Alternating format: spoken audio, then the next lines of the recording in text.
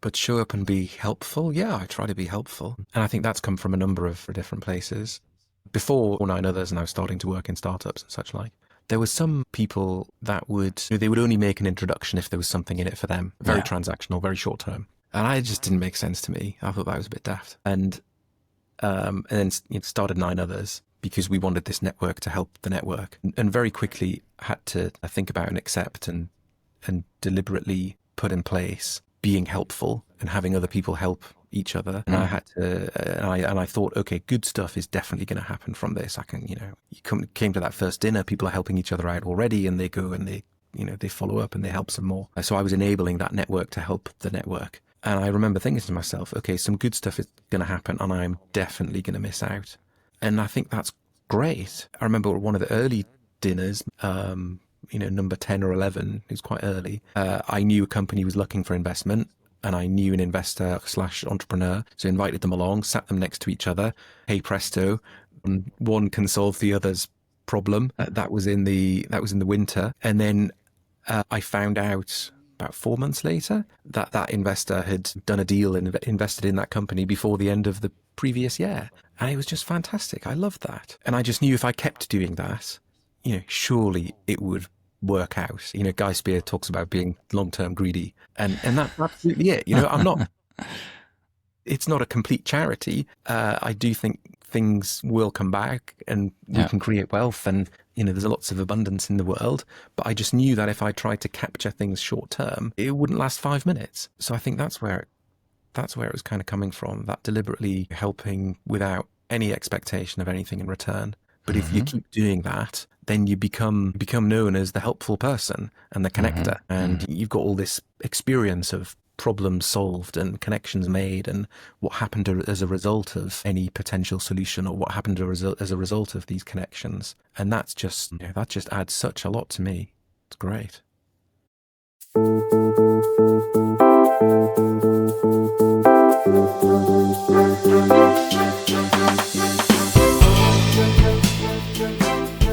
Welcome to Talking Billions. We talk about big ideas, big inspirations, big topics. We take on the hardest topic of all, money.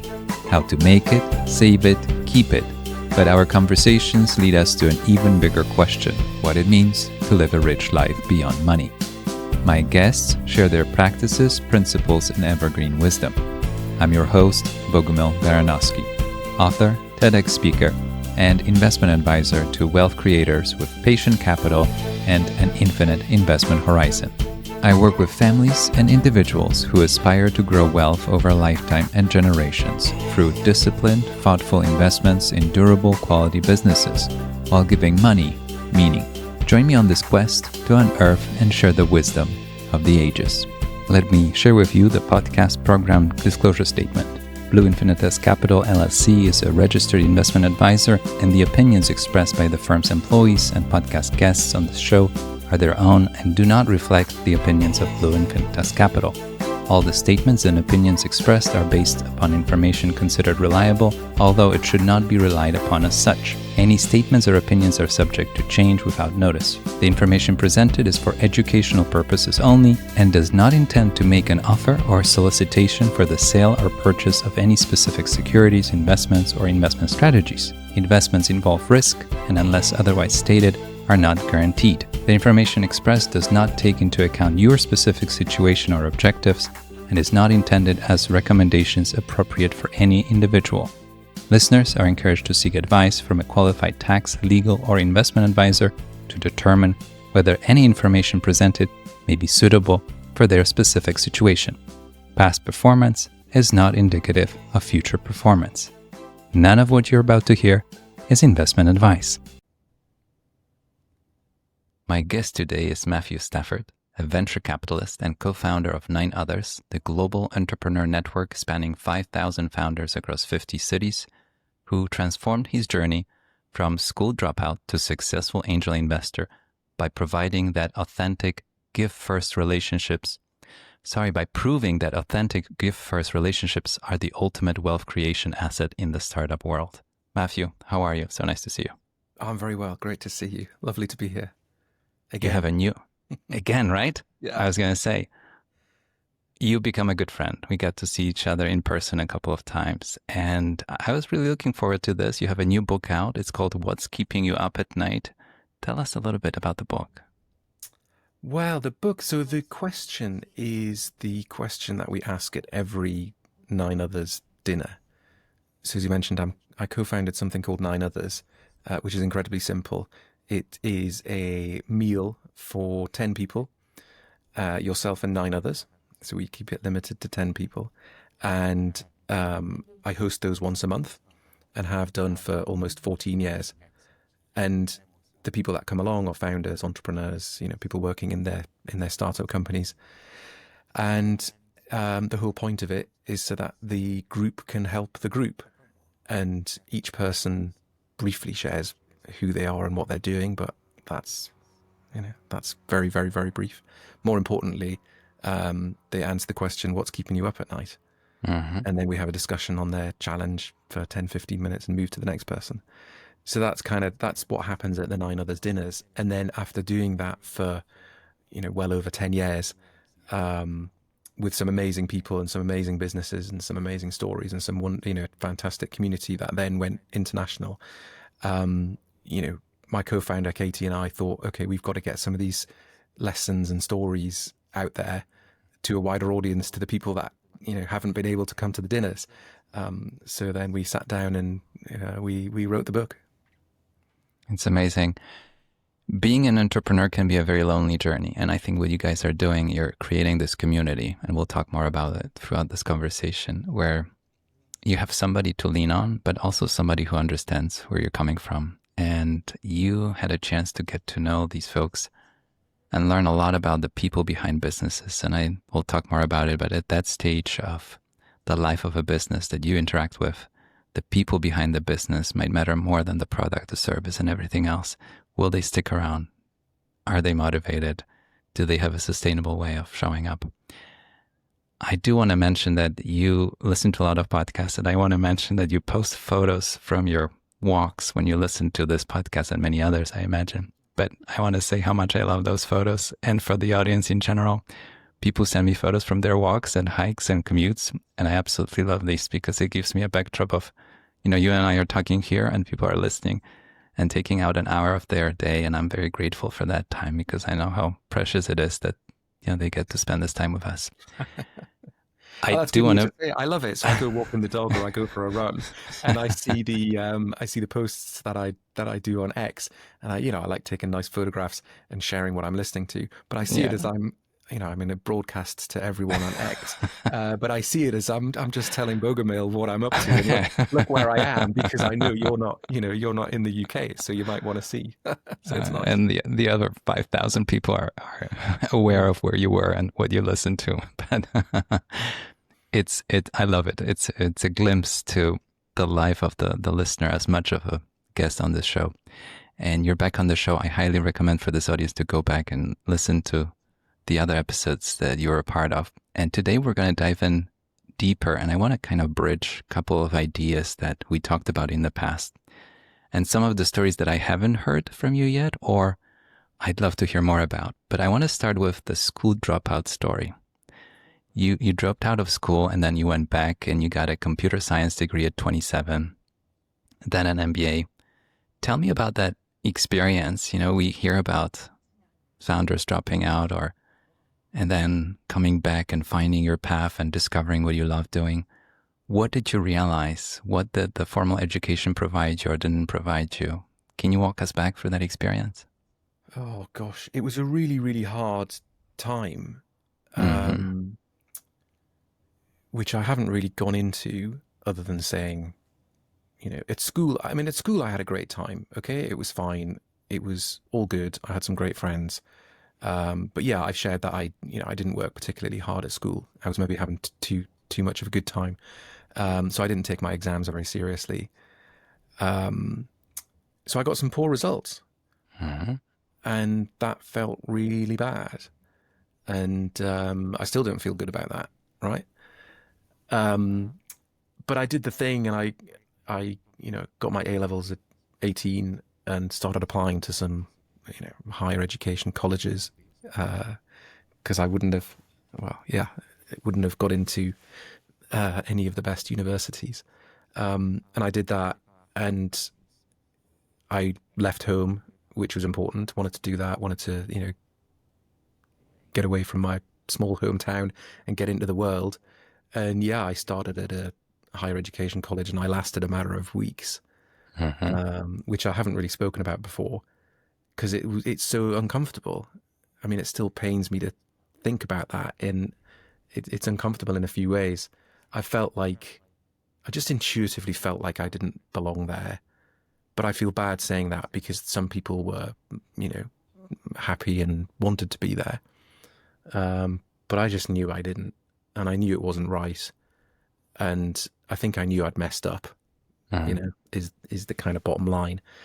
So yeah, I had a difficult few years after that, 19, 20, 21, those kind of years. I was a bit lost for a bit.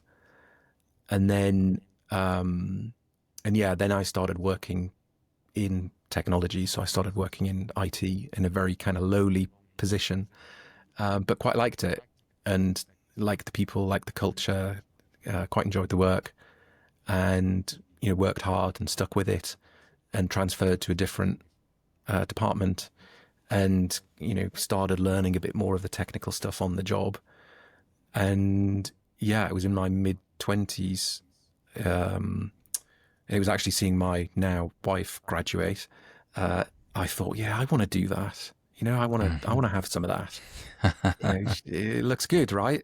And I always felt a bit bad that I hadn't, worked hard on my education before that. But I always suspected that I had a good brain. And in my early years of school, I mean, I was just acing everything. It was like brilliant and I loved it. But then, got a bit lost and enjoyed myself too much and didn't put the work in. So yeah, all of those kind of things sort of came together in my sort of mid-late 20s and thought, yeah, okay, this is the time to do it. This is when I'm going to go and see if I can do that. And like I was working in IT, so I thought, okay, I'll go get a technical degree. And yeah, I managed to get into Durham University, which is like one of the best in the country. It's always top 10, sometimes top 5, to study computer science from 27 with all the 18-year-olds that had straight A's. So it was quite the journey. Yeah. But I think those experiences make us stronger and shape us in some way. And as I'm listening to you, I have two realizations. One is that I missed all my graduations, high school, college, and grad school. And I'll tell you why in a second. But I also remember a moment that rhymes with your experience. It was the second year of my university, and I got involved in a lot of student activities, organizations, conferences, events. I was writing articles for the newspaper, and I fell behind with the requirements. I realized I have to put a lot more effort, and I had to retake some exams. But I don't know how close I had gotten to, dropping out. They got very serious about it. But I was finding, the first year was just study. And the second year was, I just want to self-express. I want to do all those things. And I think I got lured in by all that was available, all those events. And some of them were politically, European Union inspired. Some of them were business inspired. And I got a little bit lost. I missed all the graduations because I was already somewhere else. Like my grad school, I was already in New York, not in Paris. So I couldn't go back to my graduation. They mailed me the degree. But I think of that moment, and this was the moment where I thought that it could get actually really serious, and maybe they won't let me stay at that university. But I realized I have to balance, and I think I learned to balance the different aspects of what I'm curious about and what I actually have to do at different points. I think it taught me a lesson. Mm. I want to ask you about the network and net worth. And inspired by 9 others, you're meeting all these people, building a community. And I know how many people know you. I know how many people value your opinion and having you in their life. I like this idea of net worth being your network, but I want to highlight something that you talk about. It's not transactional. You're building relationships. Talk to me more about that. Well, we just wanted to be helpful. Mhm. And with Nine Others, the kind of genesis of that was working with all these entrepreneurs and startups in the investment world, which I was doing at the time. And they, they had to come across like everything was brilliant because they were pitching to investors, or they were trying to get customers, and they were trying to recruit staff, and, everything was up and to the right and everything was just fantastic. But I realized that, they're facing a lot of the similar kinds of challenges to each other, but they had nowhere to Mhm. talk about it. And sometimes didn't want to talk to their co-founders or their staff or their board or anything like that. So that's where we created Nine Others, so that people could have that, peer support, people that weren't in their business but were kind of in their shoes, either a few months ahead or a few months behind, coming up against the similar kinds of, everyday challenges of business. Um, and the network just really helped that, and gave a lot of richness to the help that we could give. And we, I don't know, this might illustrate it a bit, but, correct me if it's not quite right, but what we never wanted to do was kind of theme the dinners. We thought in the early days, should they be, you know, tech only, mobile only, games only, e-commerce only, all that kind of stuff. And it just intuitively didn't feel right. And then at a very early dinner, it must have been like the fifth or the sixth, there was a guy there who's become a good friend, and he ran a coffee shop in London, and he ended up with 20 odd and sold it, and it was super successful. But we wanted him to come along to the Nine Others dinner, and in a room full of mostly tech startup companies, there was Dan with his coffee shop, and he was just the most wonderful person at that dinner, because he cut through all the crap and said, look, what it's about here is getting money in and out and getting people in and out. And all the kind of, some of the techie guys were kind of like, oh, they couldn't do anything till they had a website. They couldn't do anything till they had an app, or they couldn't do anything till they had investment. And he was like, that's a load of nonsense. You've really, really got to kind of strip it back to basics and think about money coming in and out and people coming in and out.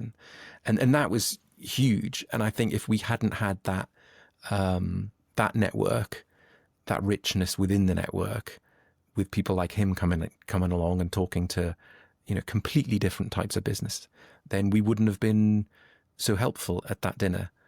And I think that example really made it click as to why it was about having, a breadth of network and a connection with the people, and, knowing what makes them tick, that was going to prove the most helpful to the people around the dinner table. I like this idea of giving first that you talk about, how you're so generous, and you've been very generous with me and the people that we both know. But also I like what you're saying, which is that the answer to your question might come from an unlikely place. And I think as a founder, you might be so focused on what's right in front of you that you might need to go to a dinner like this to have another founder show you something that's from a completely different, even, industry, as you say. Serving coffee versus building apps. Yeah. And also someone who's got they've got no dog in the fight as well. No, So, exactly. we encourage people to share what they're comfortable sharing, but, share a challenge, really share what's keeping you up at night. And some people do, and that's great. And then the kind of challenges that they get from the others around the table in this, confidential, polite, but often candid environment. And yeah, it can really make them think, and it's fantastic to have that other perspective from someone who, doesn't have a stake in it. I like that. It's much more neutral than asking your partner in business for an opinion, because it might be not the same place to receive the answer. I want to ask you about the long game.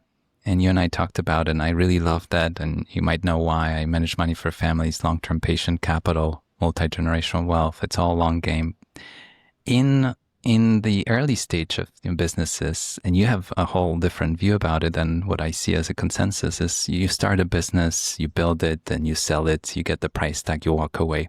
But you are thinking more about a long game, building relationships, building something over decades. And that's how you think about people, but it's how you think about businesses. It's very refreshing, but it remains very unusual, especially in this fast-paced world where allegedly you can get rich overnight and successful overnight, which we both know might be more of a myth than the reality. Talk to me about that long game. Well, I think it is a myth. And I think we've seen so many examples of, and there's always the exception that, there's always maybe the exception, right? People do get rich quick and rich overnight, and some businesses do go absolutely crazy. But actually, if you look at most of them, even the super, super successful ones, the Googles, the Facebooks, the Ubers, all this kind of stuff, it still takes an awfully long time. And there's always a backstory before they started, and there's always an awful lot of hard work that people have to put in. So I think it is a myth that things happen in the short term. The evidence, to me anyway, doesn't really show that. But I don't know, as humans, we're always kind of looking for the shortcut.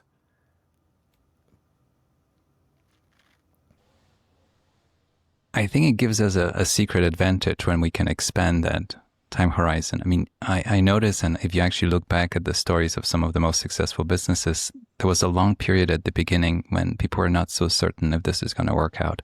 And pulling the plug too early would have completely ended the story for a lot of businesses. So it's not just that you get to hold something over 30 years, but also in the early stages. What I find fascinating is sticking around the extra year. One more try allowed some businesses to succeed. Looking back, they think like an obvious success, but it wasn't always so. And sometimes you just have to outlast that, which is really, really painful. And it might involve all sorts of difficult decisions and difficult choices to make. But yeah, I mean, especially in the kind of early stage tech world that I'm in, these startups, sometimes they are too early. And if they are too early, they just have to kind of wait for the world to catch up a little bit, which can be extremely painful. But, it's worth doing in the end. Personal anecdote. I tried to launch a podcast like this 8, 9, 10 years ago. And I reached out to a handful of people and I said, I want to do an interview. And these were people that were in my life or I knew of. And long story short, it was not the time. People had no idea what I'm talking about. And I said, I just want to do an interview. And they said, is it an event? Is it a conference? I said, no, it will be recorded and shared. I'll even turn the transcript into an article. And people had no idea what I'm talking about. Now, today, you don't have to explain to anybody what a podcast is and how you interview people and how that works. Even people that have not been on a podcast, they know what it's like. And it's been a while since I had to explain to anybody what the experience will be like. So even a very humble idea here of launching a podcast 10 years ago, I couldn't do it the way I'm doing it now with the people I wanted to do it with. But I mean, that's what I love as well is okay, it's frustrating at the time, but you stuck with it and you knew that it was there. But in the beginning, it was a bit obscure and you didn't have the terminology, right? No. Whereas now you can connect with someone and say, hey, do you want to come on my podcast? And everybody knows what it is. But in the early days when things are a little bit obscure, you don't have that terminology. So you have to kind of try and make that up yourself. And yeah, it's frustrating. But if you're in the game I'm in, if it was obvious and everybody had that, then it wouldn't be special.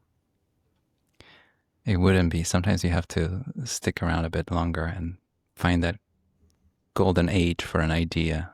And obviously, podcast, it's not Amazon, but it found its moment, as I told you earlier. And I think it's more now than it was 10 years ago, at least the way I see it. You talk about this with or without you energy around, founders. Can you explain how that works? It's a certain trait that you're looking for. How does that work? The with or without you energy that I read about. Like a lot of these things, I'm mentioning the word intuition a lot. Yeah. And I think having had dinner with all these thousands and thousands of startups and talked about their challenges and tried to help them out and done lots of work in between the dinners happening and hearing from the hosts that I have all around the world, I think there is something about that build up of learned and earned intuition. And you just come across some people and they just have this energy, this inevitability about them. They're not completely deluded. You know, it has to make, again, intuitively, it has to make sense what they're doing. But there's just an air about them. There's just an energy about them. And you just get the sense that they're going to do this one way or the other. And that's what they're meant to do. And okay, they might have to wait a while to outlast things catching up. But yeah, it's just not an issue. It's just something that they're doing. And I love getting a sense for that, because I don't think it can be faked. You know, people can say the same sorts of words, but if you get to know them and you sort of see how they conduct themselves and you look them in the eye, yeah, it can't be faked. It's incredible. It's so profound and eye-opening, especially in this era where we have all those tools. You and I talked about AI speeding up the process. We can get summaries of things. But at the end of the day, on both ends, you know, you might be accepting capital from clients and you turn around and you put that capital to work in different businesses. It's about people on both sides. And no summary will capture the actual essence of a human being. Will they do the right thing if you're not in the room? And what kind of, you know, character, what kind of people you're dealing with? And intuition, it's something, I think it's both, you know, we have it, but it's also acquired with all kinds of experiences we have. And I learned to trust it. And I've been in rooms with CEOs where I felt like I wouldn't leave my wallet with them. And if you cornered me, I would say, Matthew, I have no idea why, but I just wouldn't. Yeah. And we ignore that. I think sometimes the logic and the stuff you can put on a spreadsheet gets too much attention. As if that's always going to be right, but it's not. And the intuition stuff and the kind of feel for people and business and what's going to happen. Of course, it's not always going to work out, but I think much, much more attention should be given to that, acquired intuition. I think we can get a lot of false confidence from, the size of the report or the density of the summary and the pictures and everything else you can put in a 100-page PowerPoint. And we might be missing who we are actually dealing with, who is sitting across the table. And as much as those presentations are pretty, I think it's worth doing what you're doing, which is actually sitting down and sometimes not even talking, but maybe listening, and cool things that's come it. up. And I think that goes back to the patience thing. It does take time. It does take patience. It works both ways. People have got to get to know me as well as me get to know people. Wouldn't it be wonderful if I had the magic, X-ray glasses and I could see into the future and see what was it going to work? But I don't. But you kind of got to have that intuitive feel for things, but then let it settle. Have that patience to evaluate and think about it, and then maybe you can act. You talk about, and we touched on it, the idea of going from obscure to obvious, and we've seen it in business many times. But I want to bring up one investment that you made, and it's no recommendation, just as a case study that intrigued me, and you and I talked about. It's Unplugged. And I have really two questions about it. The one idea of going from obscure to obvious, and why do we need to unplug in today's world? If I can cram two questions into one, because I think both are very relevant to this audience and to me personally. It is. And I think what's obscure about it, or what I liked about it, was just the focus of the founders. So the focus of Unplugged is you book one of their cabins, which are in the countryside, and you book it for 3 or 4 nights. And the focus is to deliberately digitally detox, right? And that's pretty obscure in the first place. But what they have is when you go to your cabin, they have a box. They have a small box. I've got one over here, and you put your phone in it, and there's a map inside, and there's a paper map and a few instructions, and you take the map out and you put your phone in, and you padlock your phone in the box, and you leave that for the 3 or 4 days.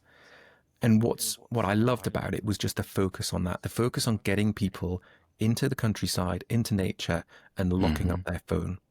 And the obscure bit is a lot of people kind of said to me, well, you could do that anyway, right? You could book an Airbnb and just do that. But people don't. And people haven't.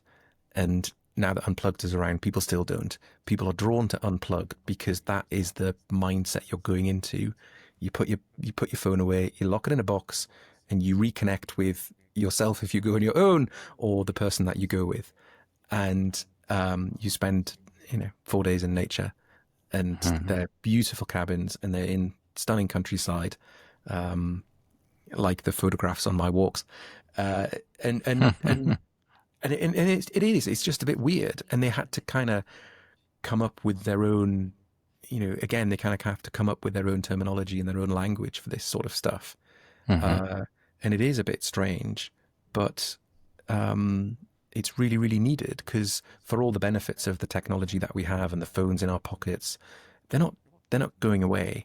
And what I liked about it was, I was sort of thinking, could I see a world where it would be pretty obvious that you have to deliberately engineer time away from your devices?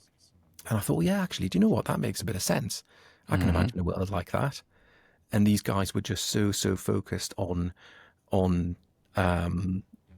getting people to deliberately detox and putting the food in a box and locking it away.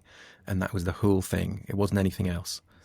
And it's genuinely, life-changing for people.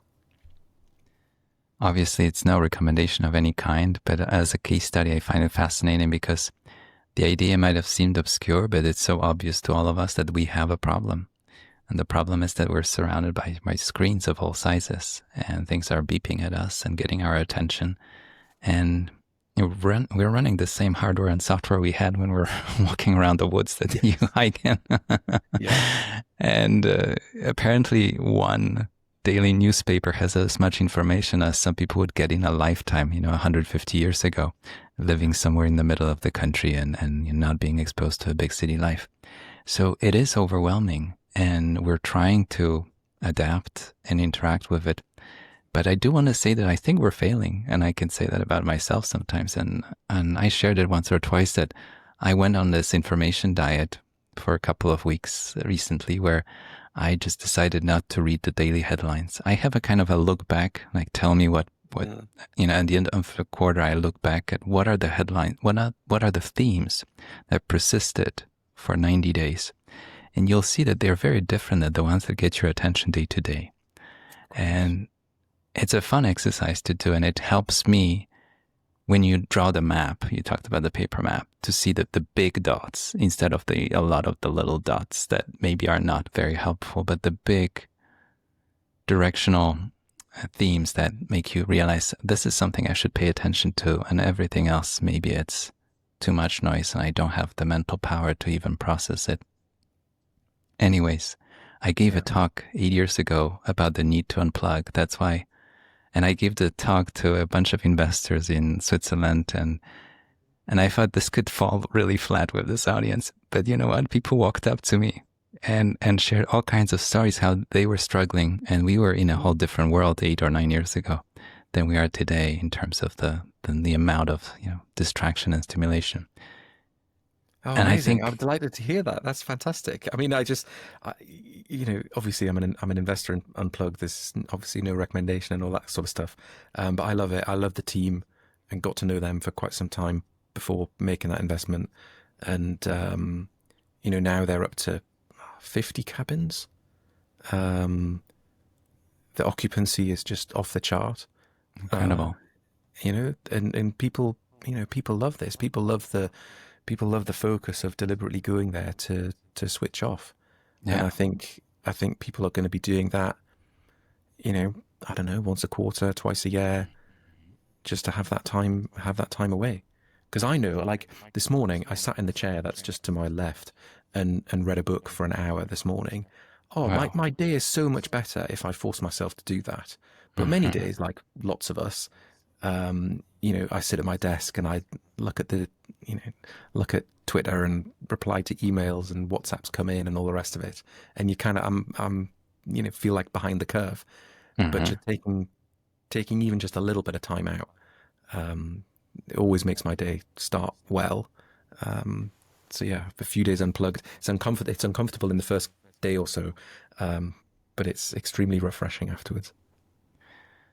I'm paraphrasing here, but there's an idea about meditation that, if you're not in a rush, you need 10 minutes. But if you're in a rush, you need an hour to meditate. And I think, and I think that's very true in life, where you said you have to force yourself. And I see that in my daily routine, that I have to close the laptop now and go outside.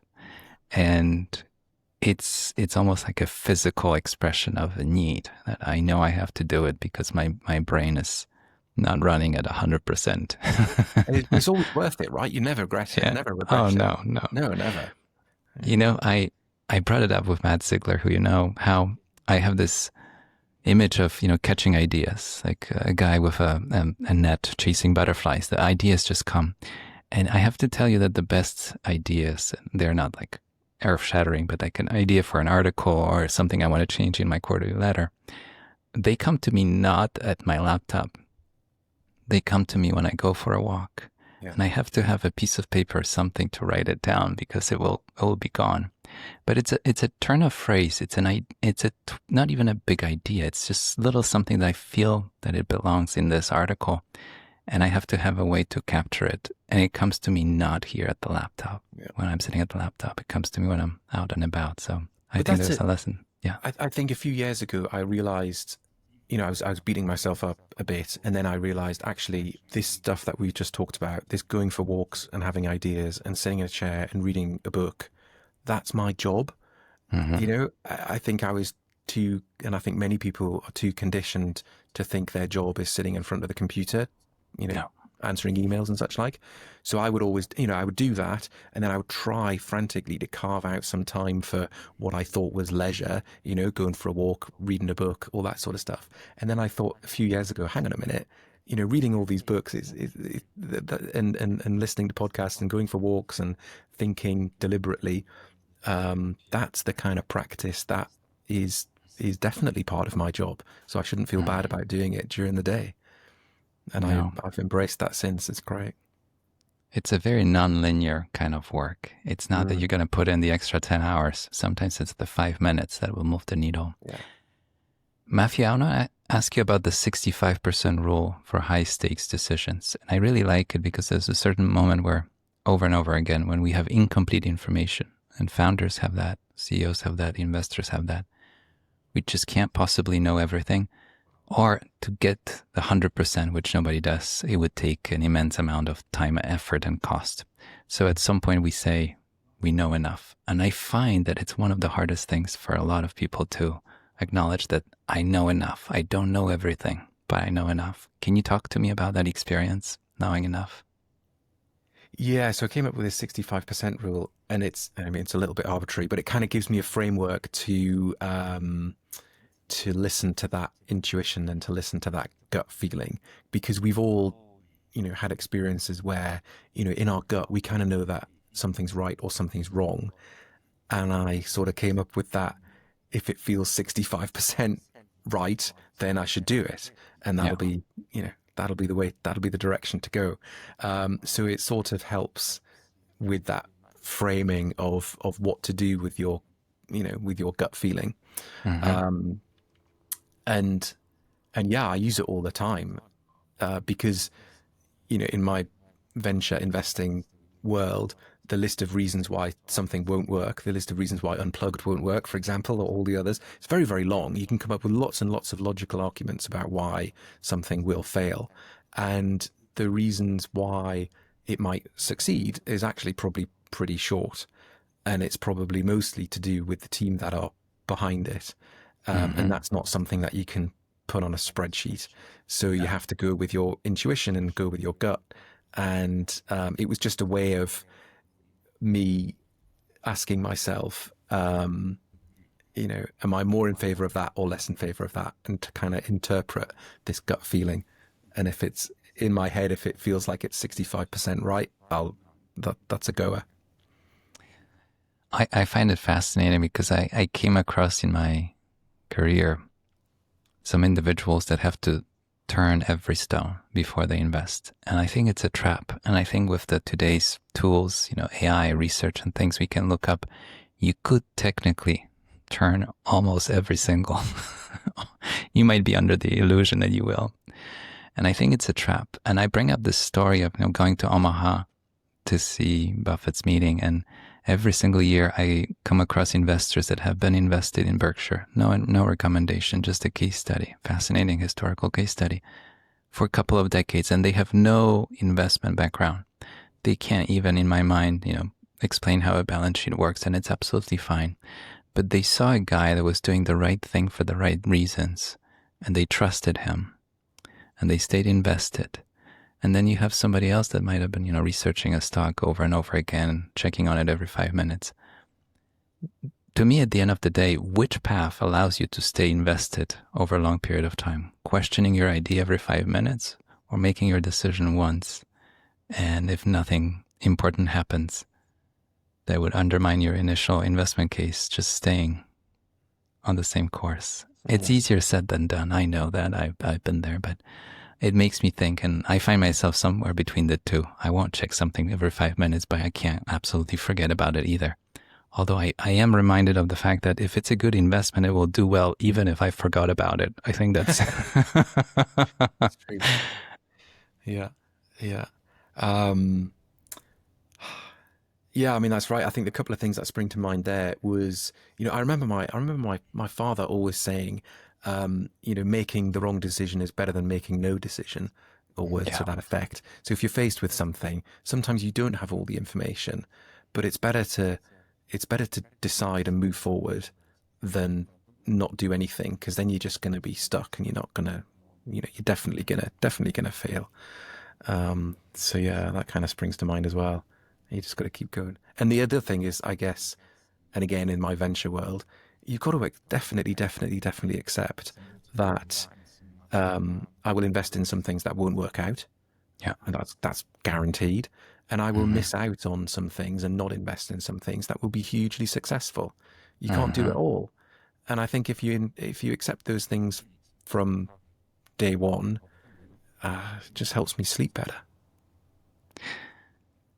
I have to pull on this thread of mistakes, because in the public markets where I operate, you can do just fine if your winners make more money than your losers, no matter the proportions, really.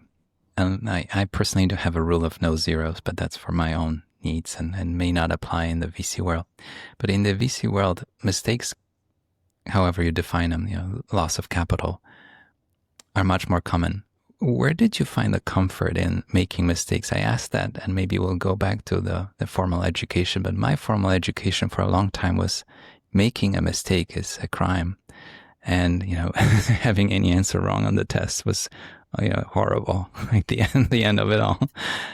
And only later in my education, I embraced the fact that making mistakes is part of growth. And it's just, it has to happen. It's not common sense or common knowledge for a lot of people that mistakes are part of the process.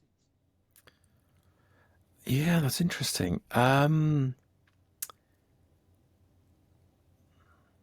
mean, I just sort of accept that and understand that venture investing is an outlier business, is one thing.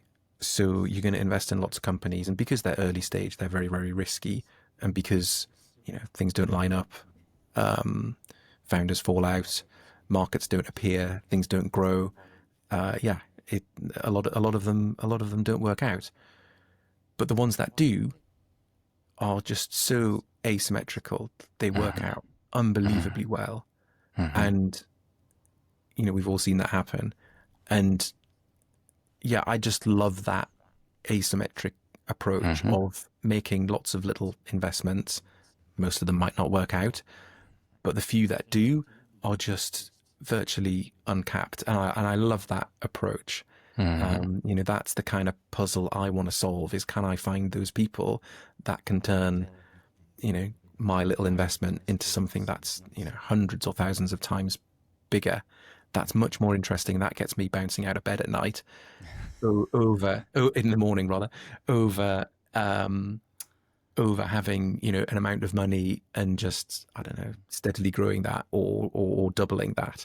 That doesn't excite me. And I know I wouldn't be successful at that. So there's kind of that bit. But then the other bit in venture investing as well is if companies do fail, you lose the investment that you put into it. Right. So you're not losing any more than that. So if you invest your $1, if it goes south, you lose your $1. You're not going to lose any more than that. That's the beauty of the concept of a limited liability company, which I think was brought to this world by the Dutch back in the day with a joint stock company when they were trying to launch bigger businesses.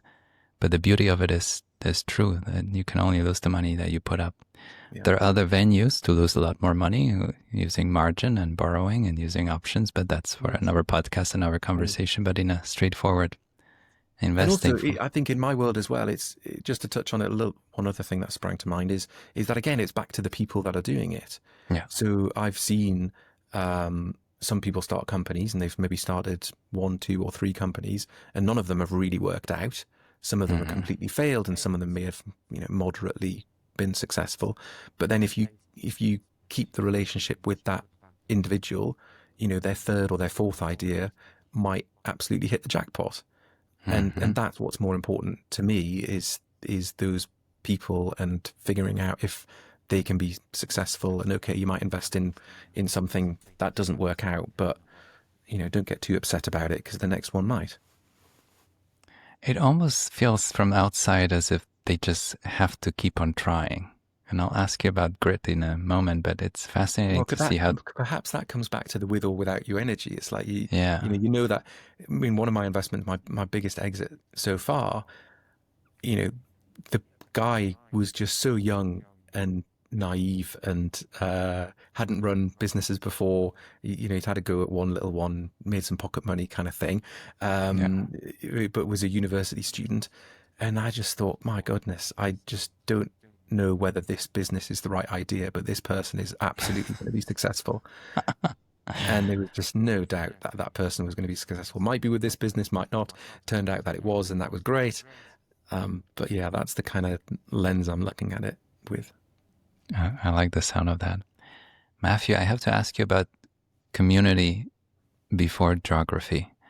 Your concept of 9 others got introduced to many more places. I believe you went to Yemen, Karachi, Singapore. You're way beyond what people think of Silicon Valley or even London.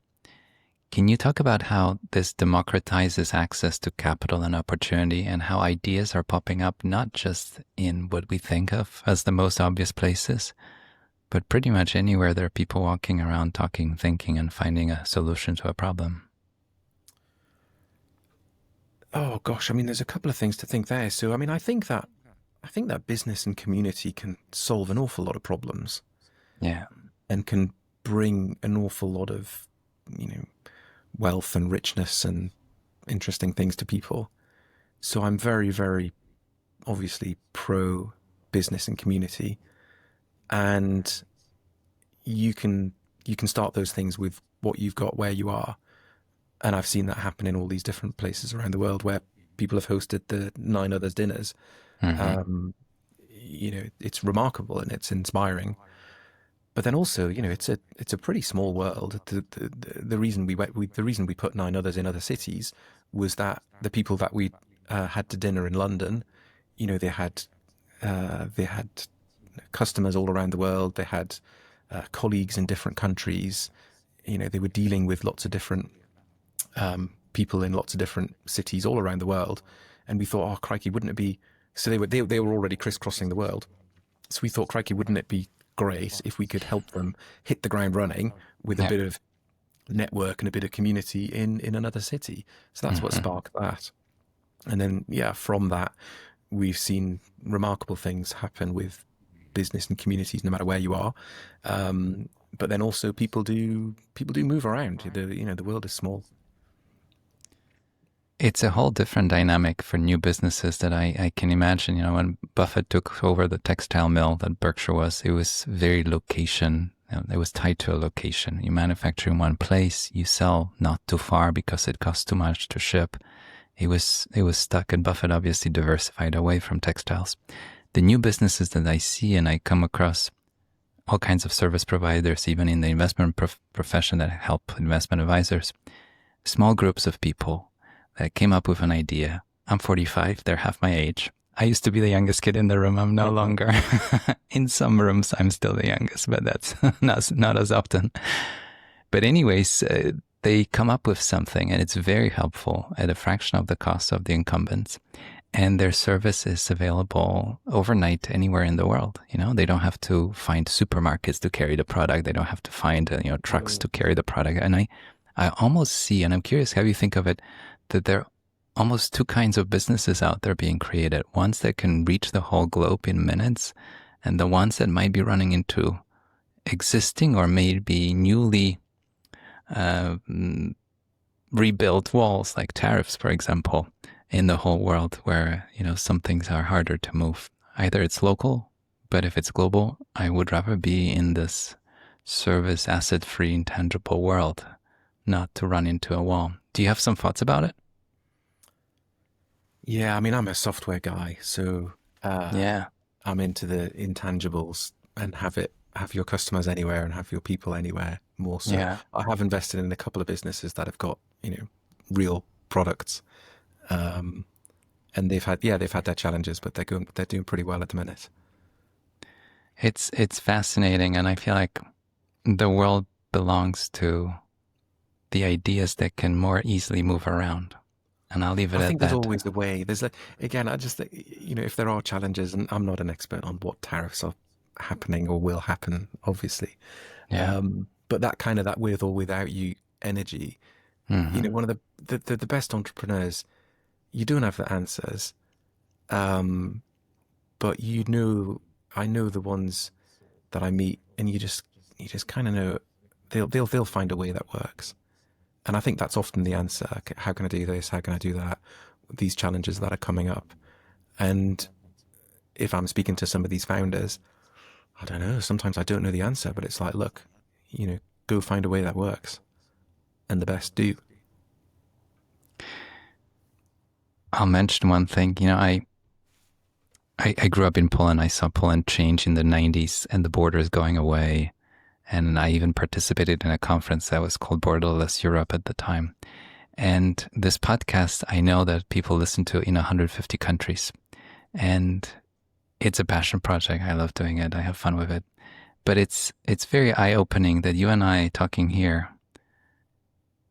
for an hour, somebody might be listening in a country whose name you and I can't even pronounce. Isn't it incredible? Like the extent of the lack of borders and boundaries when it comes to the way ideas spread is remarkable.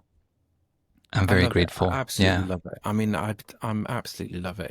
I grew up in the middle of nowhere, up in the northeast of England, and just the difference that we have now compared with, what was going on back then, it's just fantastic. I can't get over it. I remember on the early days of working with startups, and early days I was on Twitter, and I'd never been to San Francisco at that point, and I was sitting in London, but I happened to notice on Twitter that two people who didn't know each other were tweeting from the same building. They'd mentioned something independently, and they were in the same building in San Francisco. So I, introduced them to each other, and there was me in London, and there was those two happened to be in the same building, and that kind of, I don't know, reach, and that's just how you make remarkable things happen. I mean, the more of this kind of stuff, the better. The more of this, network and collisions and chaos. Just that's how the good things come out. It fuels new ideas, new inspirations, and we can't even predict what it can create in terms of new business ideas and opportunities going forward. Matthew, I have a big question I want to ask you. You have this idea of showing up with your soul, and being helpful. And it comes across throughout this conversation, but tell me more about how this idea came about, showing up with your soul.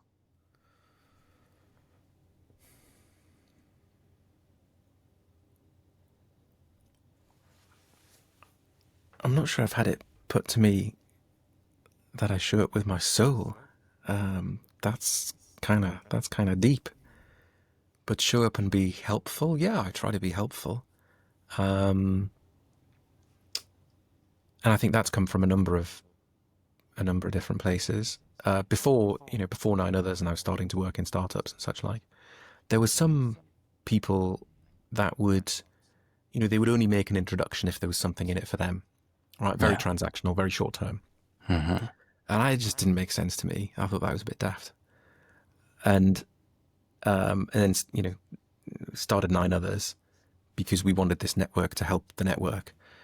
And very quickly had to think about and accept and deliberately put in place being helpful and having other people help each other.